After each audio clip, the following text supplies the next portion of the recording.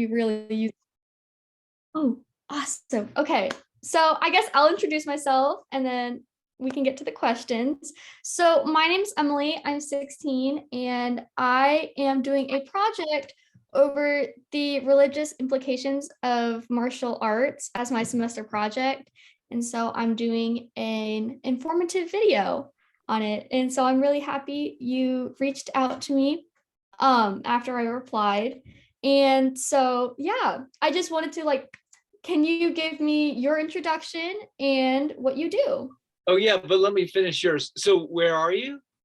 So I'm from Fishers, Indiana. So like the middle of Indiana. So like nowhere, basically. And you have a martial arts. You have some martial arts training yourself. Yes, I have martial arts training in Taekwondo. How long? About a year. So not very much. And I'm taking a comparative religions class. And that's why I chose it because we learned about how the Chinese immigrants that were Buddhists, the Shaolin, they developed kung fu to protect themselves from the Chinese persecutors. And so I thought that was really interesting. And so I wanted to learn more about it. And that brought me here. Um, and what kind of a school has comparative religion these days? Yeah, so Catholic. This is Catholic school. no, I go to a very progressive public school. And so we teach the comparative religion class where everyone is correct. So we don't teach it where like this one is correct or this one is correct, or don't teach it like I know a lot of colleges will teach it like no one is correct and they teach it from a historical standpoint. So we teach it like we've gone through Buddhism, we've gone through Hinduism, Jainism, Zoroastrianism so far. And we have next, we actually have, well, it's not a religion, but it's a school of philosophy. We have Taoism next. And so I noticed that you have some experience, well, some experience, you have a lot in Taoism. And I really wanted to talk on that. So yeah, it's very informative. And I really get a very holistic approach to the class, which I love. That's cool. Yeah, I haven't. One of my interviews with if you're interested is with one of the interviews I did on YouTube is with Mahipal Luzon, who is Jain martial artist. Mm-hmm. Pretty interesting because I thought I knew something about Jainism, having been to India and visited Jain temples and read about it, but I actually knew nothing at all. It's very interesting and not what I thought it was at all. Yeah.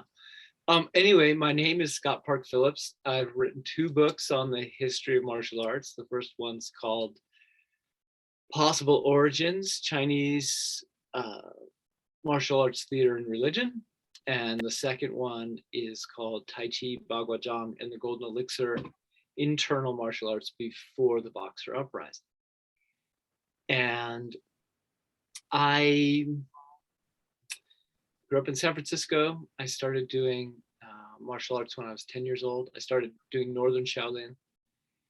And that's so cool that you had the experience to do that and you had like a way to do that. Cause I know that's not like around here. I had Taekwondo. So yeah, well, you know, Bruce Lee was a hippie. And hippie culture, that was the center of hippie culture. So there were reasons people were coming from Taiwan to San Francisco, besides the fact that San Francisco had been one of the centers of Chinese culture since the gold rush. Centers of Chinese culture in America. So can you go? Oh, sorry. Yeah, I'm gonna actually have to take a quick break. But ask your question. Sorry, there's like a lot going on in the back. Oh, are you okay? Yeah. I'm gonna ask your question and first. Okay, I just wanted to know if you wanted to explain your first book and what you figured out with the religious history of martial arts from your research. Yeah, just a second. I'll be right back. No, you're totally good. Yep.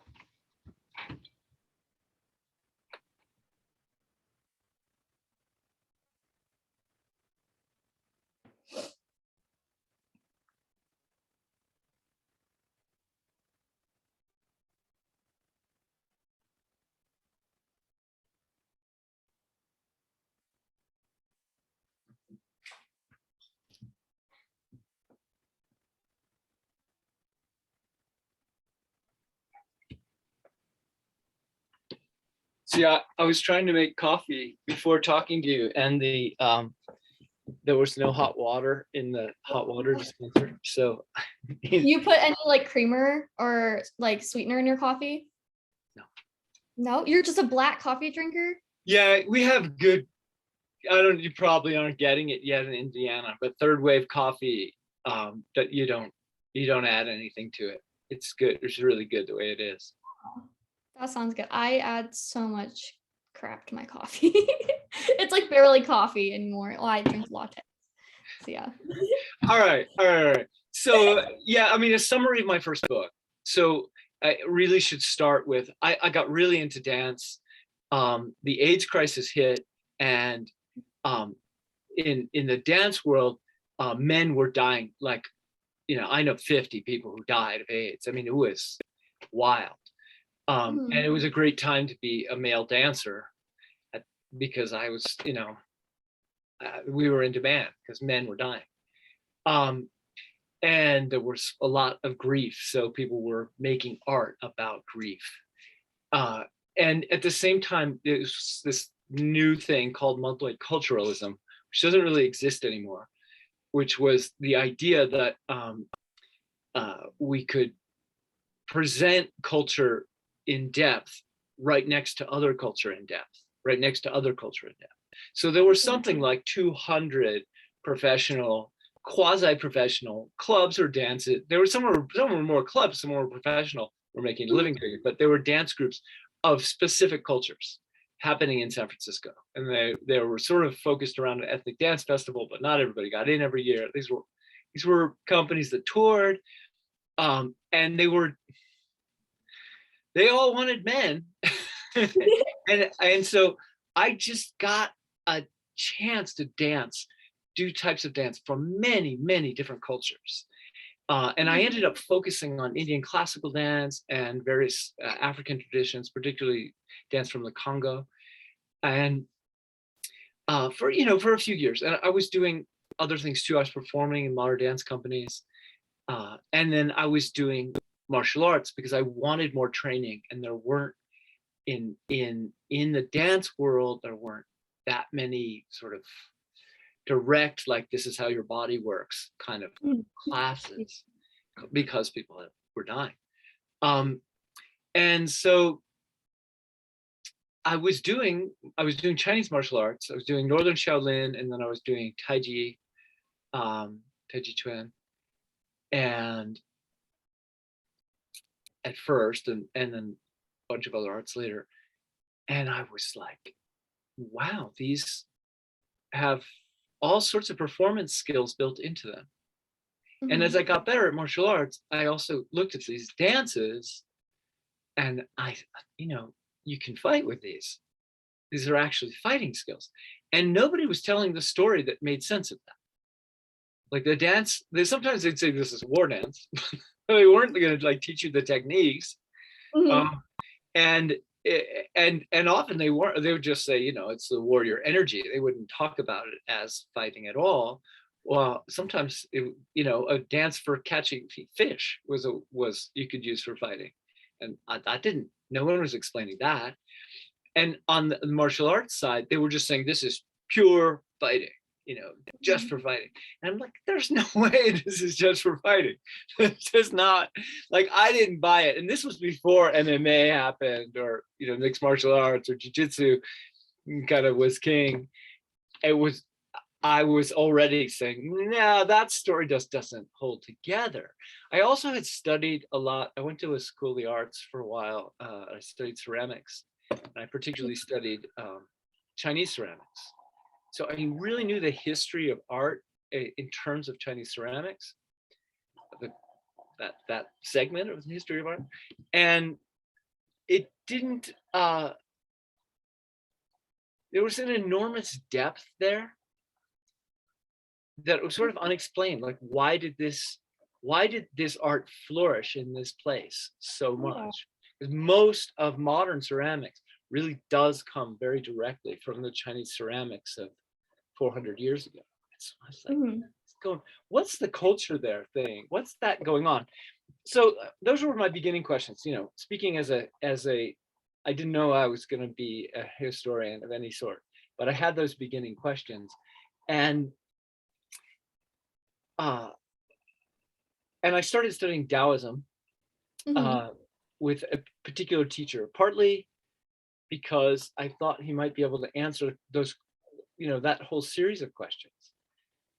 But not right away. I realized it was really deep. And so I kind of got a graduate education from this particular teacher, Liu Ming.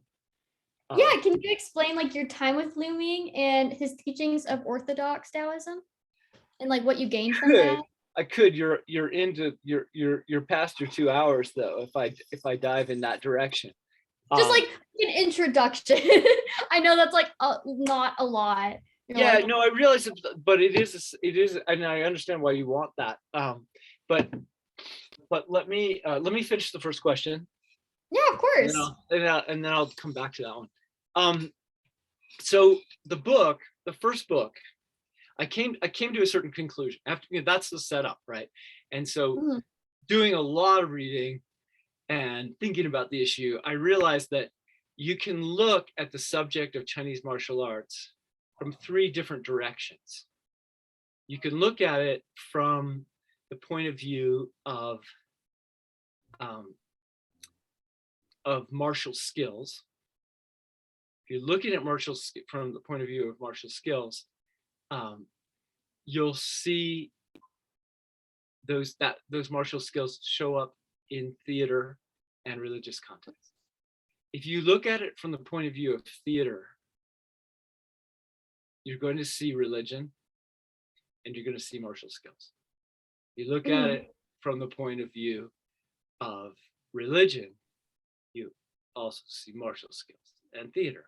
That they all are, and I concluded that it was originally one subject because they all, you could stand in one of those places, but you're going to be including the other two. It doesn't. Mhm. So I so I wasn't really sure why initially, but by the time I wrote the first book, I certainly explained. I was able to explain that it was because of the 20th century, like changes that happened after the Boxer Uprising. Now Mhm. that research, scholars have been working on that continuously. My second book, I really went into it and I called it the YMCA consensus. Um, that there was this movement, an actual decision among martial artists, among theater people, and among religious people that these three had to be separated systematically. And it was a mass movement, and you can look at it from any of those points of view, but particularly from martial arts point of view, they invented this idea of pure martial arts, that is martial arts that was neither theatrical nor religious, and Mhm. that invention happened immediately after the Boxer Uprising, when a police force was created to just kill anybody who didn't think that way, basically, and they did. Yeah. um, I remember learning about the Boxer Uprising, and I was like, yeah, now this makes a lot of sense. yeah, and uh, so my second book looked specifically at the martial art of Baguazhang, Tai Chi Chuan, and then the question of what is the golden elixir, which is the Taoist thing, in Mhm. relationship to martial arts. And so it's in a sense, it's three books that I kind of put together because they deal with similar material. And uh, yeah, and the answer is that Baguazhang comes from a deity called Neja, who is an angry baby god. And it was a Mhm. dance representing this angry baby god, which was used for organizing militias, uh, and all sorts of ritual traditions which are gone now. So I can only guess, but I can make good guesses based on things we do know about. And the art is meant to represent that god, and the rituals that would be performed for that god. And Tai Chi Chuan is an art that comes from Johnson Fung. Now everybody in the hippie era knew this, but there was a concerted effort um, to say that that's a lie, Mhm. that showed up in the 1990s, really. that was a throwback to the 1930s in China, 1930s and 40s, where there were these political propaganda writers who were just really trying to squash the idea that Tai Chi had some kind of origin from an immortal. So Zhang Sanfeng is an immortal, and who's a trickster, like Anansi the spider in West Africa, or the coyote, or in the American tradition. Almost or in China there would be a fox spirit, so almost a fox spirit character, and he invented this fighting system which reverses everything. That it's in slow motion instead of fast. And anyway, so I made a list in the book with 27 things it reverses, but basically, this is, and basically it's the idea of fighting without fighting. So again, a reversal. And this is a fundamental concept of the golden elixir. So that ties in there. The golden elixir is, its most basic concept is a kind of reversal of aging, for instance. So you become an immortal, or a reversal of action. So you practice non-action, right? So meditation, in a sense, is a turning inward rather than a actively going out. And I can go into that more if you want. Do you want me to do the Liu Ming question, or you want to follow up on this? I like how this is going. Let's explain the golden elixir, because I find that very interesting. So it again, this is easily a very long topic. This one I wouldn't even say is like a 4-hour lecture. This is actually a 2-year long project, just to give you a basic idea. But one thing we can say about the golden elixir is that it was pervasive.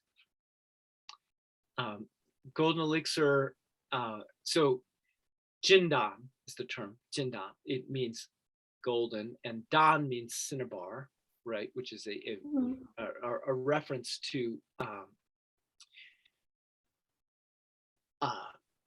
external alchemy. So a kind of chemistry, kind of proto-chemistry that was going on. And these two things were merged. And that's a big subject, that, like, what does it mean that they were merged? But by, say, the 5th century, 6th century CE, current era in China, there was a combination of Taoist ritual.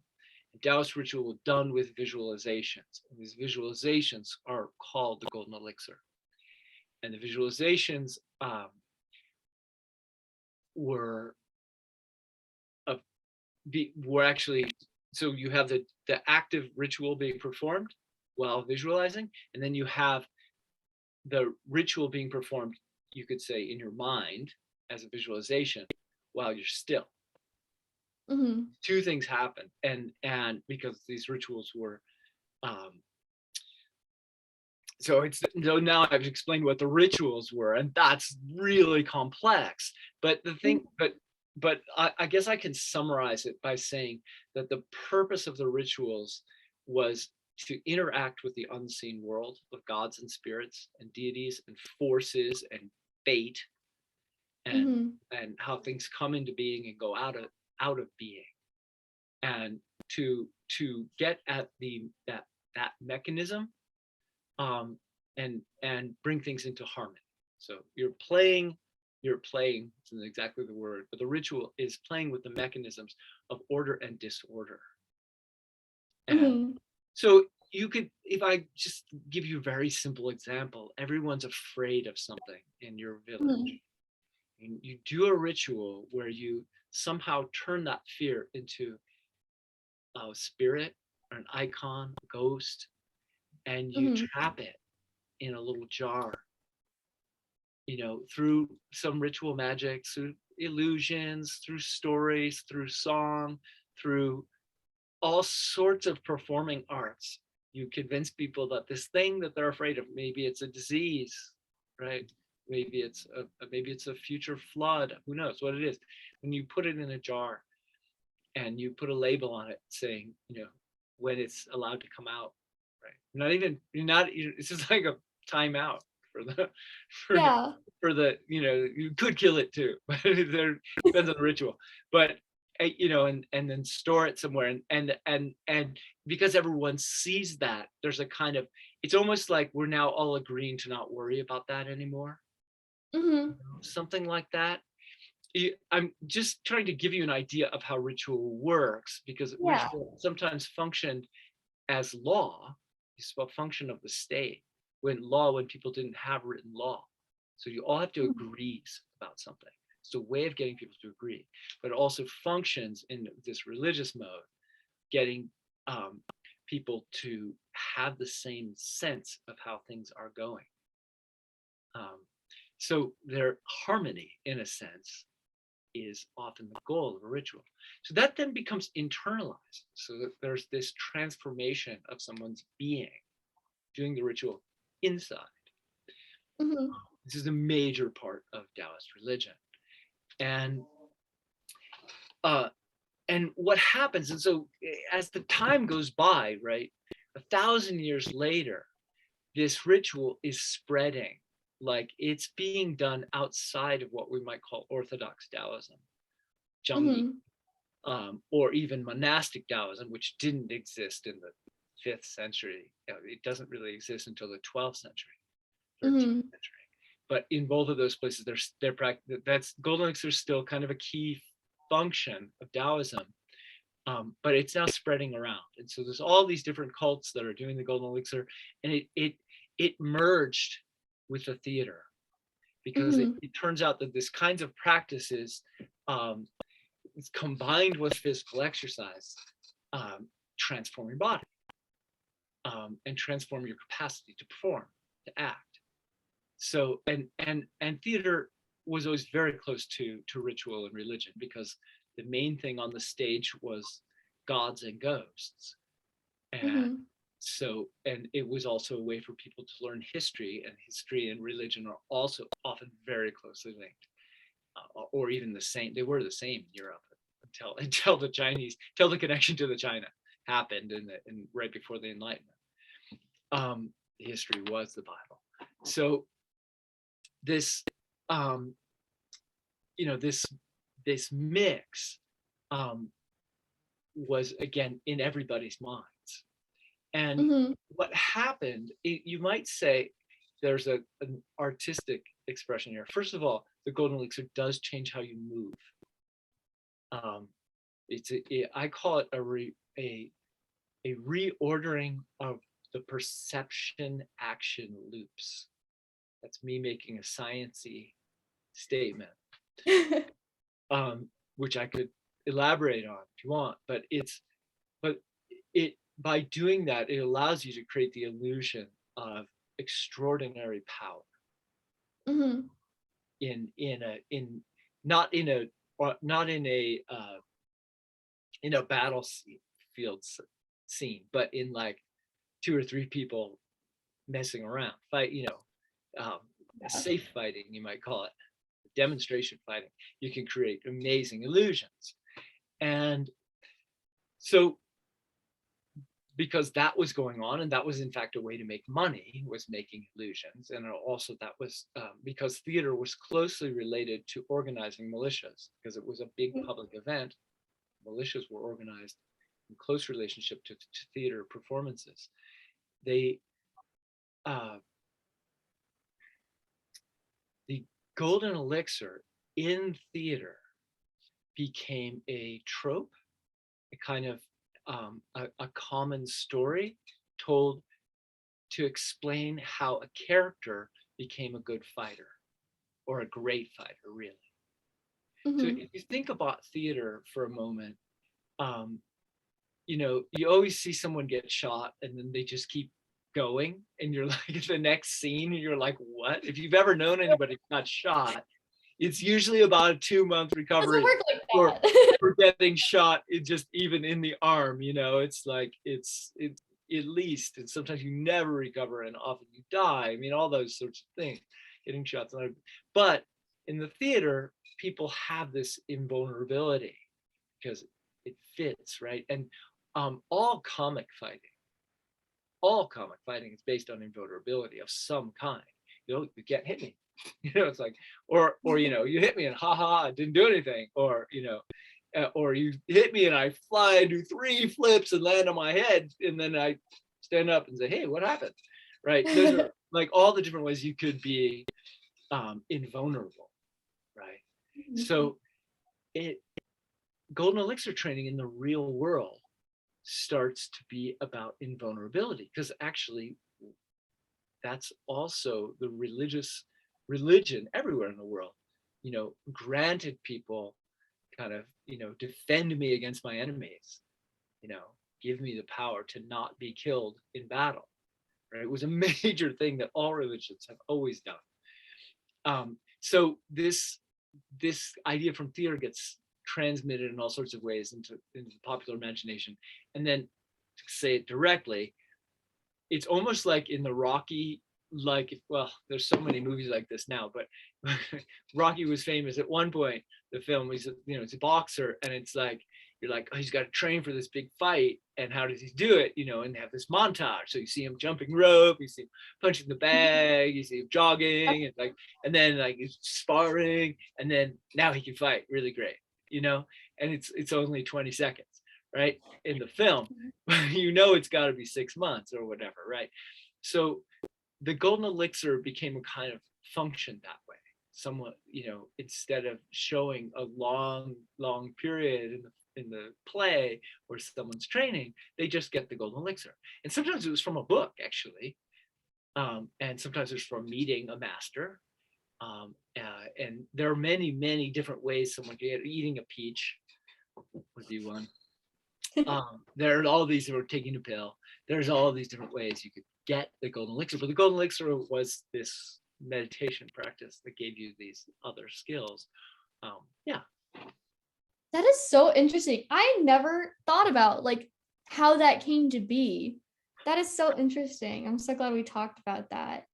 I'd love to talk about go to your theater and how you integrated fluidity into your martial arts experience, and how that really gave you a well-rounded mental game. I forgot the word. The question. I kind of want you to try again with that one. Yeah, that was really bad. That's all right. The trick is to not make too many assumptions. You maybe break it into pieces. Yeah, I'm trying to find my question, because I had a question of this. Yeah, I saw that question. Yeah, I'm I don't know where it is. I have 30,000 questions. I want to ask you. Taoism. Can you explain your time for me? Am I tripping? Take your time. I have it here. I can. Okay. Okay, well, we can do question 7. I'm so sorry. So question 7 is, could you explain how you integrate modern dance into a form of self-defense? Are they related to martial arts techniques, or is it more contemporary movements? So are you getting that from a web page I did, or from a video interview I did? Where did you get that question? So I made these questions off of your about page and how you teach self-defense. Okay. I didn't know that lent to how you integrated martial arts into your daily life. Yeah, so there's a lot of stuff going on there, right? Sorry. So we're sort of talking here about what's the subject martial arts, right? Big subject, right? And then there's this other subject called self-defense, right? And then and then there's the third question, what's the relationship between dance and those two things? And then there's the fourth question of my personal experience, right? So you want me to break those down just quickly? We've already talked about this one. Yeah, I'm not very good at interviewing. I haven't done many of them. No, I'm so fine. sorry. You're doing good. I thought your questions are great, actually. I mean, but let me just say, history starts with asking really good questions. Sure, you need to have good research tools and understand what to research, but fundamentally, it's about asking good questions. If, and if you start doing research and and things aren't looking right, you got to go back and ask better questions, right? Mhm. So so that's just the process, right? So what, let me just stop for a second and say, what is self-defense? Self-defense, you could say defense, right? Isn't most ancient concept, and all animals do it, right? At some Mhm. level, right? We'll call it entity defense, or defend the family, or you defend an idea, or you could defend a village, right? So, but self-defense is really a concept that emerged um, at the end of the 1800s, when this the Colt 45 came into existence, and women could uh, live in the United States and in England, in Europe, um, without chaperones. Could go out at night, for instance, without chaperones, because you could carry a gun. It's right. It changed things, and in places like San Francisco, I mean, they had a like a coat I don't check know if when that's you went right. into a restaurant.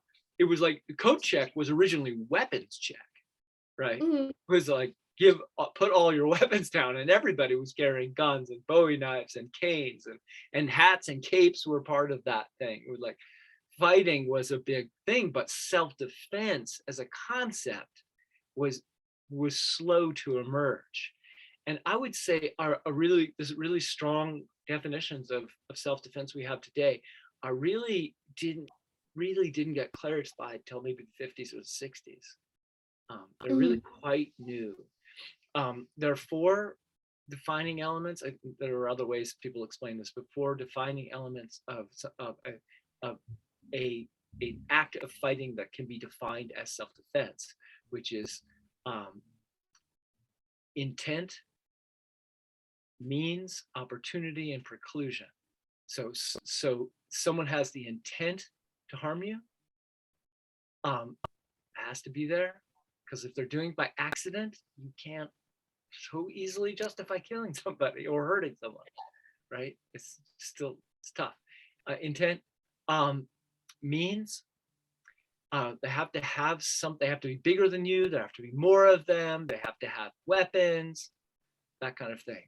um, Opportunity means that they actually have to be, you can't just run away, right? If you take away their opportunity, you can't really argue self-defense very easily. If you Mhm. can just lock your door and go bye, whatever it is, you take away their opportunity, then there isn't much claim of self-defense. And then preclusion is just this, like, what would a reasonable person do? Because um, if something happens fast, there's no guarantee that you would do the smart thing, right? Mhm. People don't they can't.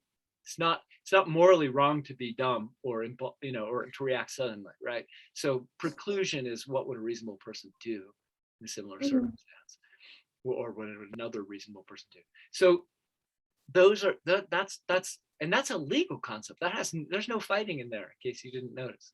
um Self-defense is a legal concept, and so that if you deal with that, the legal, the ethical, um and the whole idea that um uh self-defense very rarely happens twice, right, in the same way, Mhm. because if there was any way you knew it was going to happen, you should avoid that situation. Otherwise, it's not self-defense. It's something else, and maybe something else moral even, but it's not going to be self-defense. Um, so, um, and then another question you have to understand is, who are you defending yourself from, right? And Mhm. there's two main categories. One are resource predators and process predators. So resource predators are people who want your stuff, they want your Mhm. money, they want your things, they want your car, right? And process predators are people who are getting off. They enjoy hurting people. Mhm. There's another subcategory which can cross both, which is gang related, kind of gang behavior, which is um, Yeah. which could be either of those, and you also have you know people doing what's called status displays. So they're trying to get a reputation or a name, um, Mhm. right? So, but those are the basic reasons why someone would end up needing to defend themselves. Um, so assuming you're so and those are really different, right? Mhm. They really, if you're thinking about, if you now jump to what are you physically going to do, um, it's very different depending on what kind of reason you're being attacked by. For instance, if someone wants your resources, they're most likely going to attack you. Mhm. A vulnerable person, right? Um, from behind, you Mhm. know, and by surprise. There's no, so self-defense would start after you've been hit and you didn't lose Mhm. consciousness, for instance. Um, so, or in the Chinese milieu, there are all these techniques you teach children how to deal if somebody tries to throw a bag over your head, right? It's like, Mhm. so how, sudden movements, right, to get out from the Mhm. bag, right? Or kicking them, kicking them low in the groin, or stamping on their feet, right? Stuff like that. The other huge issue is the adrenaline dump, which is very different in men than women. Mhm. Men get adrenaline dumps bigger and faster. So it's in a split second. If I'm attacked, adrenaline will usually dump in a couple of seconds, and I'm super strong. So strength training does very little in a full adrenaline situation for men. Mhm. Um, and I have very little coordination. So any kind of tricky thing you could do with your hand, it's gone.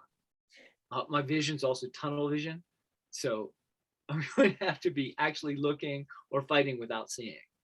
Mhm. Um, I'm, looking directly at, and the other thing that happens when you get the adrenaline dump, and just to say, for women, the curve is much slower. So the adrenaline tend to peak at 20 minutes, way later. And there's some Mhm. evolutionary explanations for that, but that subject ends up being, anyway. That's a quick summary of self-defense.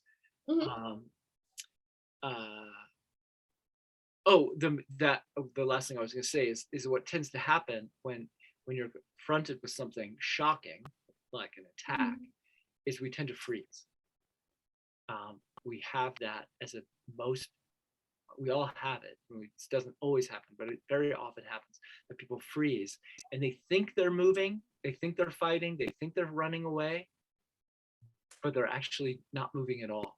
And it's it's probably because this was a good survival. I don't want to call it strategy because nobody Mhm. thought it through, but it's you survive because the predator, is doesn't see you unless you're moving, especially at night. Mhm. Um, so if you're completely still, they might pass you by, or they might think you're dead or something. So, um, or you're not a threat. So it's suddenly freezing. But if you're being attacked, suddenly freezing is a terrible idea. So you have to break the freeze. So a major first subject of any self-defense training is breaking the freeze. Mhm. So I'm saying all this because once you get through all of that, okay, what are you going to do? You're going to target vulnerable areas. You're going to mess up the other person's balance. You're going to mess up their structure, and you're going to improve your position, which might be running away, it might be getting behind them, something like that. Those, those don't change. Um, Mhm. so, being great at moving smoothly, moving, just being really good with your body, being able to roll, being able to jump, These are all really valuable for fighting Mhm. up front. And do you think that your dance training has lended to that? Like you being able to roll fluidly and jump, like how you are able to take down someone? Or is it just more like naturally this is what I have to do? I think uh,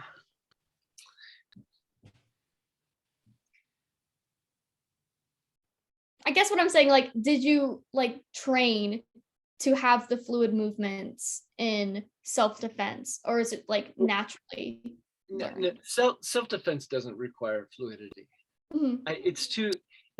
It's too rare to bother with some kind of training like that. Yeah. Martial arts has a lot of fluidity built into it. Most martial arts are based on fluid movement because fluid is fast. Mhm. Because fluid is fast, and because the problem, a big problem, if you've ever been in fight situation where you get hit or where you feel like you're losing control, which Mhm. is the which is the what's happening if it's self-defense. If you're in control, it's no longer self-defense. Mhm. Unlikely to be self-defense if you're in control. Self-defense is fighting from a position of not being controlled, which is why it's so different than what you see like stage combat, like Yeah. martial arts or something, either where both people are fighting for control. um, Self-defense is a situation where you're fighting from not being in control. You're fighting in chaos. um, Mhm. and so the strategy, rather than to reduce chaos, is what you do in a lot of like uh, like if you're fighting your friend, or you're fighting for money. Mhm. You got both people are trying to reduce they want a lot of force, but they're still trying to reduce the chaos from their own point of view. But Mhm. in a self-defense situation, it makes sense to increase the chaos, increase the amount of momentum, because you're the ones that just increased it, and you have a slightly better chance of um, of surviving the chaos of momentum. If someone's choking you out on the edge of the roof, take them off the roof. It's Mhm. You've got a 50-50 chance of landing on top, right? Mhm. But if they're choking you out, you're gonna die. So it's it's not, as a metaphor. But so yeah. So I'm painting that whole thing. This is not about history, by the way, which Mhm. in a way is, maybe I'm good at explaining this, but not. It's not so much my expertise. It's just how I frame what I do. Mhm. Um, and and so uh, dance, in many ways, is closer to martial arts than it is to self-defense. I think that you can learn certain principles of movement from dance more easily than you can learn them in martial arts, because the one of the problems people have is their mindset when they're learning martial arts is they want power, which is not necessary. It's a cool Mhm. thing to develop, but it's certainly not necessary for self-defense. Um, Yeah. and the other thing that they often want, and they often want control, and they often want dominance, none of Mhm. which are relevant to self-defense. Um, you want to increase chaos, and you don't care about dominance and submission. If you can lose Mhm. by going, "Oh, sorry," then you can win by saying, "Oh, sorry." Then you do it. Yeah. That's self-defense. You don't say, "I must dominate." So dance is a way of bypassing those problems. So I can teach directly what's the movement you do, what kind of movements increase chaos, what kind of movements make it easy to take to generate a lot of force into a vulnerable area. Mhm. That's so it's more of a dance question than it Yeah. is a fighting question. Yeah, that makes a lot of sense. I was interested in that personally because I saw that like you had such a like a big background. I was like, how do these relate? So that makes sense that they don't, because I was just confused myself because I was like, well, you have martial arts and then you have dance and then you have self-defense. I'm like, where did self-defense play into this? Yeah, the reason That makes self-defense, sense. I'll answer that though, and it's because fun answer. Like self-defense came into the subject for one, because I kept saying, hey, I don't think martial arts is a really good match for self-defense. I knew that intuitively. And I Mhm. knew that from just from my own thought process. But when I actually found some people who were really teaching self-defense, like really directly, like Rory Mhm. Miller, it's a great example. Um, uh, he's really fun. He was really fun to work with, and it helped me rethink a lot of stuff. Like for instance, in karate or taekwondo, you go to a certain move, right, a certain position, right, Mhm.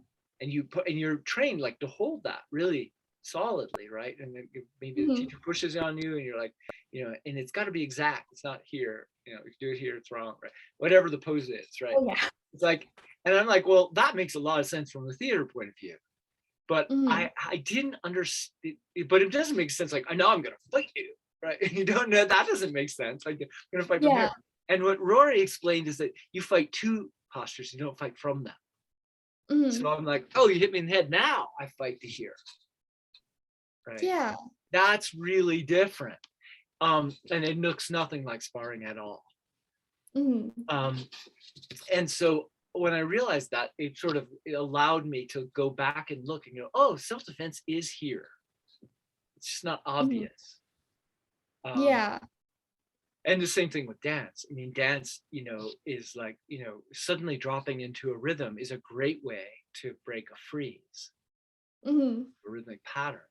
Make sure you keep moving, right? We don't think of, the waltz like da da da da da da da as like a fighting thing. Mhm.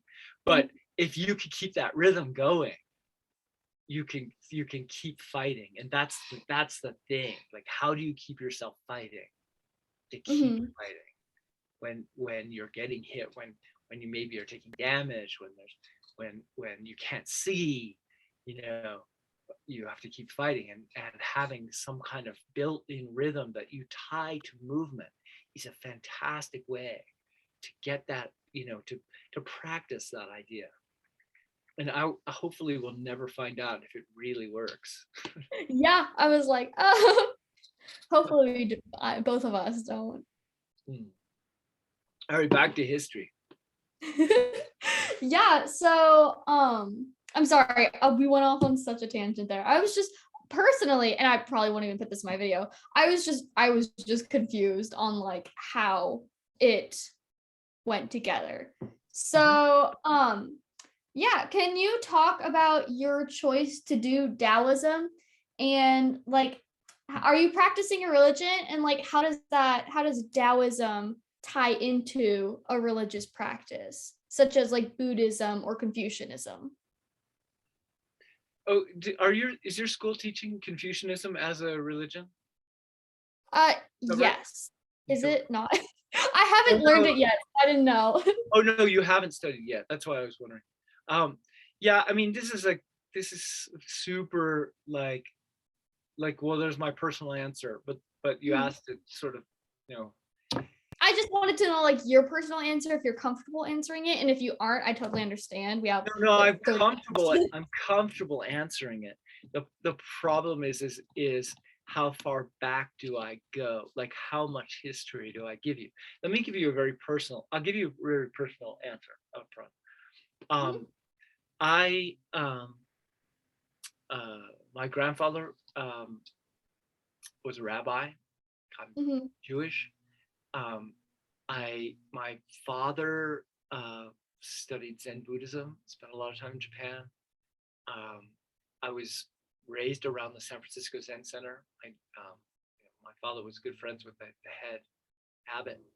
Um, and so, I got Zen training. I mean, at 10 years old, I went and did like a 2 week, instead of going to summer camp, I went to like Zen Buddhist like monastery for I 2 weeks. love that for you. Yeah. Yeah, it was a crazy time. Like, could you imagine a 10-year-old just being sent by himself? Like, Like, have fun. that was the hippie days. People just did stuff like that, and it was the hippie world.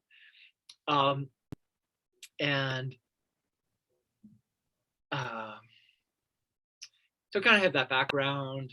I When I met Lu Ming, he was very into aesthetics.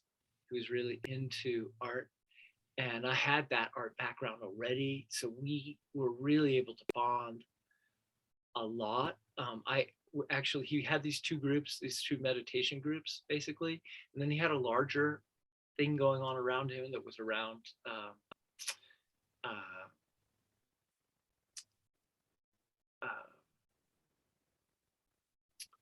community rituals, small festivals that he was sort of putting on, usually around his house, but they often involved some kind of making talismans or doing something Mhm. astrology related. They were it was some weird stuff. He would also give talks, lectures that were about Mhm. history, religion, that kind of thing. But the classes were mostly focused on the Tao Te Ching, just the Taoism's most sacred text, um, among about 2,000 texts, you might say. It's the most sacred. And Lao Tzu's Tao Te Ching um, can be viewed as a meditation teaching Mhm. text. And that's what we were doing. We were taking a chapter and memorizing it and sort of chanting it every day, and then and studying the commentaries as a way of learning a type of meditation called Zoang. And then later we worked the Golden Elixir, Jindan. And my first year with him was just meeting. I was already doing an hour of meditation as part of my martial arts training. I was Mhm. standing meditation, so I just, doing an hour of meditation it didn't require a change for me. Just a new orientation toward what meditation was. Mhm. Um, and uh,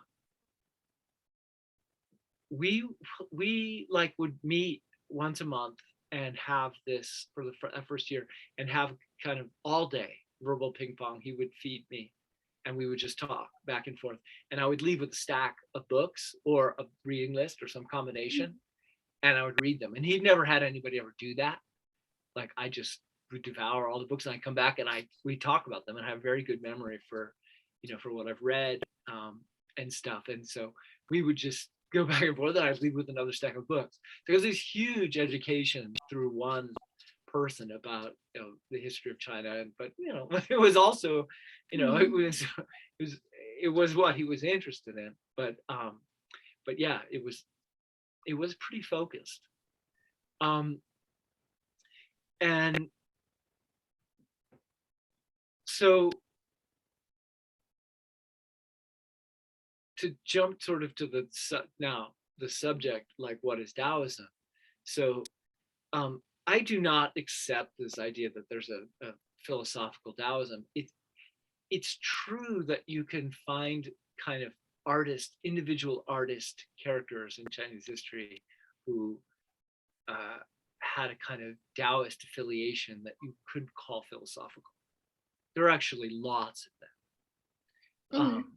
But the what people have called Taoism, Tao Shi, Taoist priest, is the most common term. It's referring to Taoist priest. Or, and the term religion, Dao Jiao, is really, it just means teachings.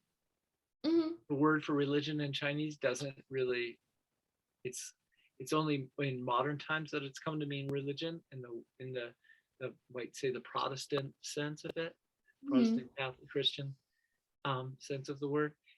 It really just meant teachings. So there are Taoist teachings, and there's Dao Jia, which means Taoist family or lineage or family. Yeah. home even. Mhm. So those are sort of that's Taoism. Uh, what's called in scholarly sense, but also in in the sort of modern category of Taoist religion, traces back to a person named Zhang Daoling, who was sort of trained with, you might say, 5 shaman Mhm. trance mediums. We don't know, but before the age of 10, he trained all these things, and then he just walked west to Sichuan, um, Mhm. and to a mountain called Hemingshan. It's a crane call mountain. I've been there.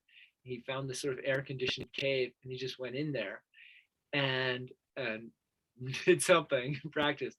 When he came out, he said, "I met with Lao Jun, the source of the Tao Te Ching." The Tao Te Ching at this point was already about 500 years old, and Mhm. he said it's gotten a little difficult to understand as just text, so I will teach it. Um, and he he and eventually his grandson, he got a big following. He set up a small country. It's about Mhm. 40 miles square, or 40 square miles, um, in that area, and uh,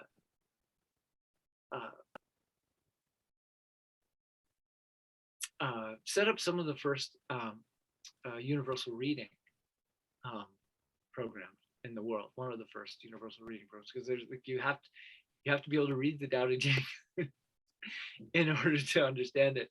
So they were actually teaching men and women to read, um, and this is about the first second century um, CE, Mhm. and and that and then this character shows up named Cao Cao, who in Chinese, if you want to say the devil made me do it, you say Cao Cao made me do it. Cao Cao is a theatrical character, a god, a kind of evil god. His face is Mhm. like is blue for loyalty and white for cruelty or something. He was like a general in what's called the Three Kingdoms era, which is this is that period, a historical Mhm. period called the Three Kingdoms. But there's also a play about him, so everything comes filtered through that 100 chapter play, Mhm. where he's kind of the bad guy, but in real life he was just a general who was trying to conquer everything. Um, and he met with Zhang Lu, the grandson of Zhang Daoling, on the open field, and agreed to become Taoist and to spread Taoism everywhere he conquered. In exchange, they uh, surrendered without a fight. Mhm. And there were lots of things about this community that we're slowly learning through scholarship. But basically, they spread all over the country and stayed in touch with each other. And Cao Cao didn't stay in power very long, but the Taoism has, through the rise and fall of many, many different um, kingdoms, has managed to Mhm. stay relevant and stay around. Um, a One way to think about what Taoism was, and still, and really, it's hard to say it still is, but it was until about 150 years ago, 120 years ago. So really until the Mhm. Boxer Uprising. Um, the the it was a it had there was a state function, what we would consider a state function, which was regulating other religions. Which when Mhm. Buddhism came in, put Taoism and Buddhism in somewhat of conflict. Wouldn't They never fought, not really, but there was a conflict for patronage. Uh, Mhm. but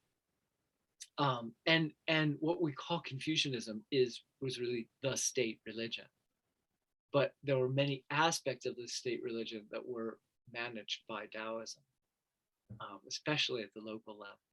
And the the way to understand this is that Taoists were in charge of regulating offerings.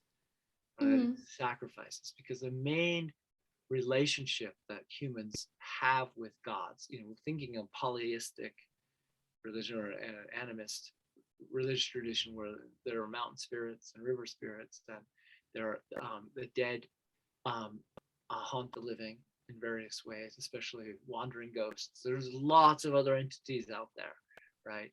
And the and people make sacrifices to them in order to pacify them, or in order to get things from them, powers from them, or to solve problems, to heal from diseases, for instance. Mhm. And that some version of that type of religion appears many, probably everywhere in the world, but it's different.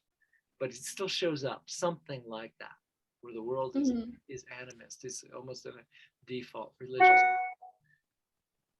function. I keep getting that. That's all right. And and so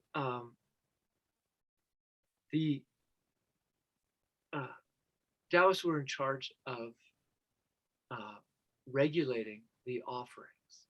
So they were Mhm. very close to what everybody else is doing. But they, the revelation, the first part of the revelation of Zhang Daoling was that um, there was no longer going to be sacrifices, blood sacrifice, because if gods need blood to survive their or to keep their cult going, they're Mhm. actually demons.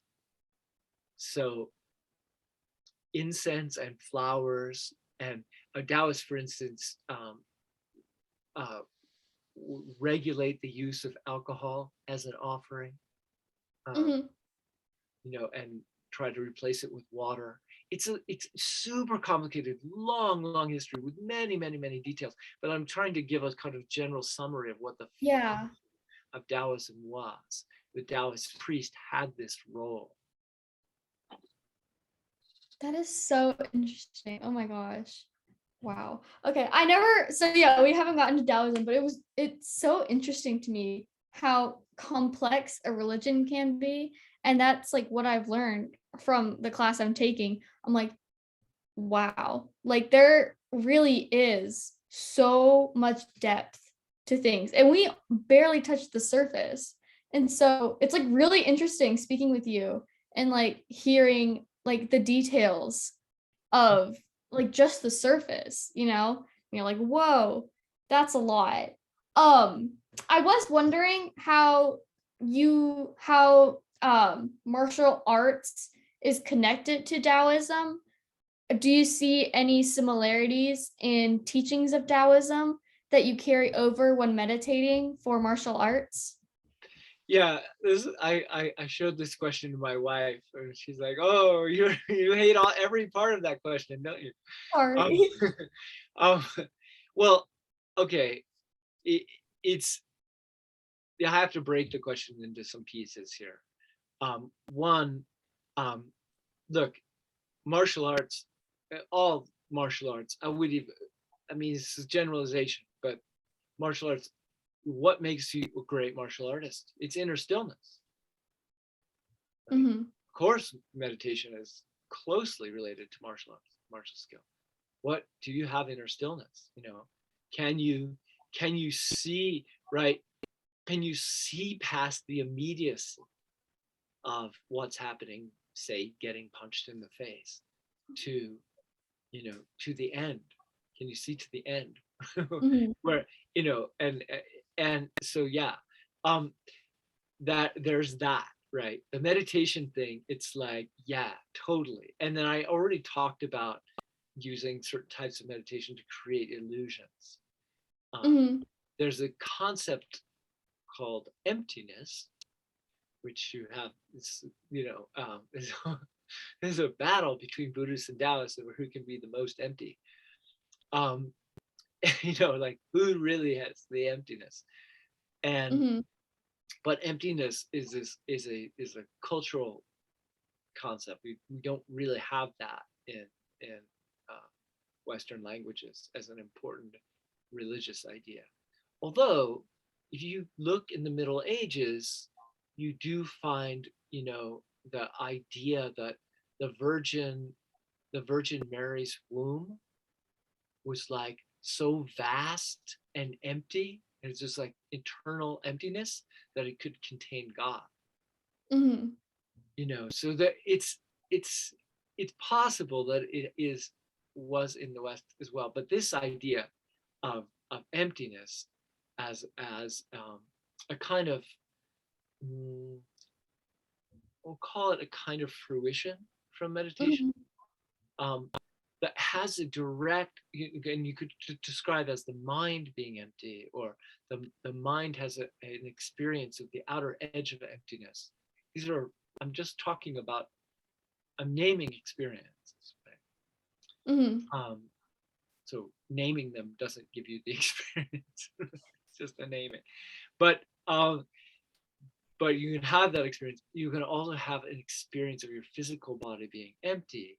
And there are a bunch of different types. I've actually wrote about this on my Substack. I gave like 3 basic types of physical experience of emptiness. Hmm. Um, you can look that up. But you can have an experience of your body being empty. And if you think about it, like if I punch somebody, right, what do I want their mind to do?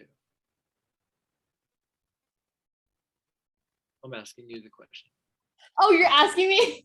Yeah. You want them If to I like punch go back, somebody right? really hard, what do I want their mind to do? Well, you want their mind to blink and you want them to cower back so that you can get the upper hand, right? I mean, that's Those what are I. those are kind of like secondary. What I want them to do is focus on the pain, right? Oh, And just go, yeah. what happened? Like inside their I didn't own even body. think of that. Yeah. Yeah. I want their mind to go inside their own body. So I can walk around behind them, put them on the ground or something, whatever it is, hit them again. Um, right. So the capacity to keep your mind outside of your body is incredibly and directly usable in martial arts. Because that's really what every martial artist is doing. You're trying to keep your mind outside of your own body. Hmm.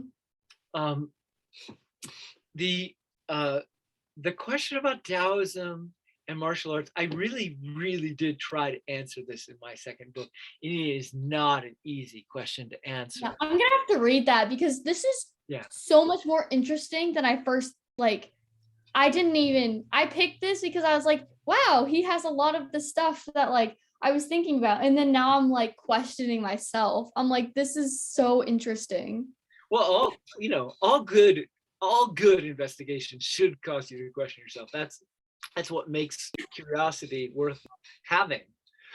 Um, the so uh, but yeah, so there isn't a simple answer. They are not directly related. Um, there, Taoism certainly has the golden elixir, and the golden elixir is what I would say defines internal martial arts as Hmm. opposed to the external martial arts. It's 2 categories. Um, but that's really true because of the nature of theater. Like theater is actually what defined those 2. Theater is the fact that the internal martial arts was superior because it was like magical powers in a sense. Hmm. Um, and internal martial arts, it uses illusions for fighting. It uses the illusions of the golden elixir, but Taoism doesn't have any kind of pro fighting thing. So if you think of Tai Chi Chuan, for instance, is like, or Tai Chi, as people call it, English. Um, Tai Chi is like, it's this idea of fighting without fighting, Hmm. you know, which that's Taoist, or there's a major concept of Taoism called Wu Wei, to not do, not Hmm. doing. Like it's almost like trying to find a way to accomplish something without doing anything. Right? Hmm. It's if you think of it in economic terms, it's the ultimate. acknowledgement of unforeseen consequences. You take Hmm. some action, it has an effect. So you want to minimize your influence. Um, and the idea is that actually by minimizing your influence, you become more potent. Hmm. By being, you might say, on the pivot of how things change, you become more potent. That's a Taoist idea um, that is applied in martial arts. And there are lots of them, lots of these Taoist ideas that are applied in martial arts. There's lots of cosmology, which are more closely associated with Taoism than, say, Buddhism.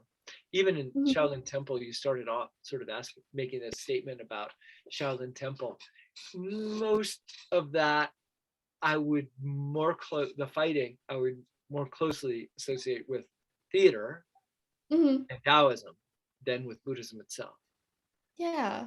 which is Yeah, because I started off with like this project on Buddhism, right? And then now that I'm like listening to you and hearing what you have to say, I'm like, it really isn't about Buddhism. It's about Taoism, and like it's so much more complex than I thought it was. And I don't know why I didn't think it was in the first place, but this is like mind blowing. I'm sorry I'm not talking a lot, but I'm like taking it in. I'm like, holy shmoly. yeah, no, it's fine. Uh the good interviewers often talk a lot because because it helps get that. Sorry, I don't know what I'm doing. And I mean, That's I want fine. to be a historian, so I'm like, I probably should get used to this. And that's why I was very happy that you Well, accept it. But do yeah, I I can suggest more books, but you know, there's so, I mean, you can if you want. Okay, so first of all, my bibliography is extensive in the second book, in both books, but the second book is probably the one you want to read. Um, and the uh,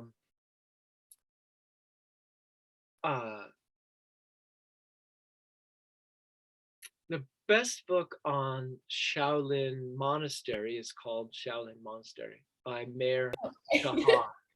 uh-huh. Um, and it doesn't necessarily answer the specific questions you're asking, you know, Mhm. um, but it does. He does, and he actually gets a couple things wrong, which I covered in my book because I read his books before I wrote mine. But Mhm. um, you know, the it, there's a thing called Dao Yin. Have you heard of it's Dao Yin pronounced, but spelled with a Y. So in Mhm. English, I haven't heard of that. What is it? Dao Yin. So there's 5 orthodox practices of Taoism. This is not universal, but Mhm. like not everybody would count it this way. But one is Zhuang, or sitting and forgetting, or some kind of basic quiet stillness meditation. Another one is Jindan, with golden elixir meditation, right? Mhm. Uh, the, the third one is dream practice. So you do our dreaming. The fourth one would be ritual and liturgy, text Mhm. study, which would also involve talismans, and the subject is really the biggest subject. And then the fifth one is Dao Yin. Um, Dao Yin is it literally means it's 2 characters, Dao Yin. Um, in means sorry, well, in means to pull a bow. It means to pull a bow, but in Chinese, it doesn't mean it. Of course, it can just mean pull a bow, but it refers to the potential of emptiness. When you pull a Mhm. bow, you have this energy is getting more and more and more, right? It's like an open, empty space. Mhm. That's what it's referring to. So it's like opening potentiality. In Yeah. Dao, Dao is the character for Dao, so it's this character, um, uh, which which is doesn't really have a meaning. It's beyond meaning. It's meaning and no meaning. There's all meaning Mhm. and all meaninglessness. Everything. The smallest small and the largest large.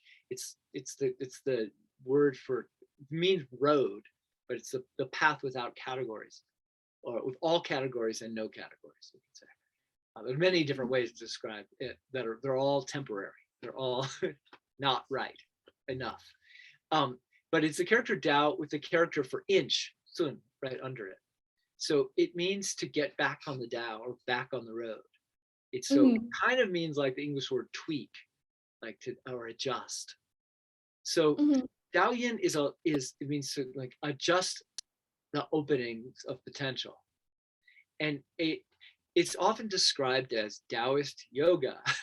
It's a lot like yoga, except it's much more wild. It's more rolling around and bouncing, and it got mixed with the theater about 1,000 years, 800, maybe 1,000 years ago.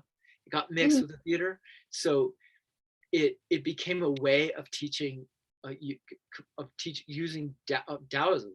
It was because the theater was a great way to teach Taoism too, or elements of Taoism, or transmit Taoism.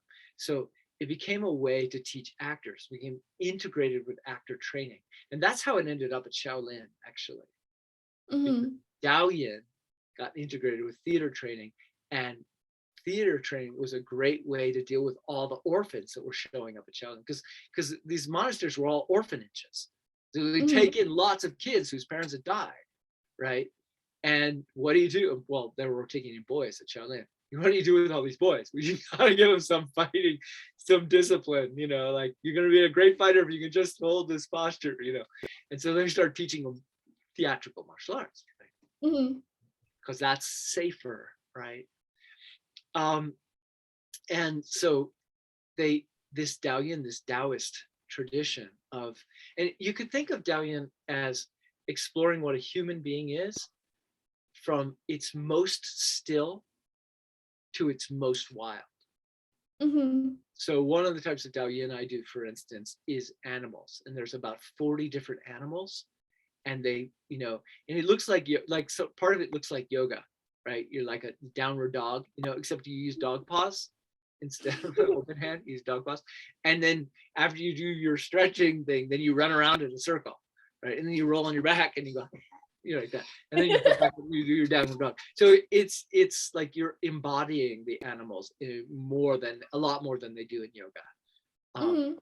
And so it has direct translation to acting. Actually, a lot of stage performance was animals, and you can still see this today, but it was separated into a subject called contortion. So the Chinese contortion is animal based. If you I don't know, Google around, you can start to find it on YouTube or whatever. So yeah, but it was part of the theater, obviously. And that's actually that's like one of the really important roots of martial arts. So you can't really separate martial arts training in China or Korea or Japan from Dao Yin, because Dao Yin was then the basis of actor training. The most common thing actors did on the stage was fight anyway, because action, you could sing and you can fall in love, but then you got to fight. Yeah. That's what you gotta do. And that just to give you, because you think that you asked the question initially about Taekwondo. I don't know how well you know this history, but Japan conquered Korea for a short period of time, and brought karate, and it was renamed Taekwondo. Taekwondo was changed because Korea is a different culture, and Korea had this tradition of fighting, kick fighting, called Taikikian, which was totally suppressed by the Japanese, but Koreans slipped it back in to the Taekwondo. So you have all this amazing kicking in the Taekwondo tradition that's not really in karate, or not obviously in there. And karate kind of, really became like a class, a thing people teach in classes during the fascist era, Japan, 1920s and 30s. Before that, I'm sure it was in Okinawa, And Okinawa, if we go back 500 years, is 400 years, is part of this network of what are called the Wako, or it's just a Chinese word. Let's see, I'm trying to remember the Japanese name, but it means like, shoot, I forgot what it means. It's in my book too.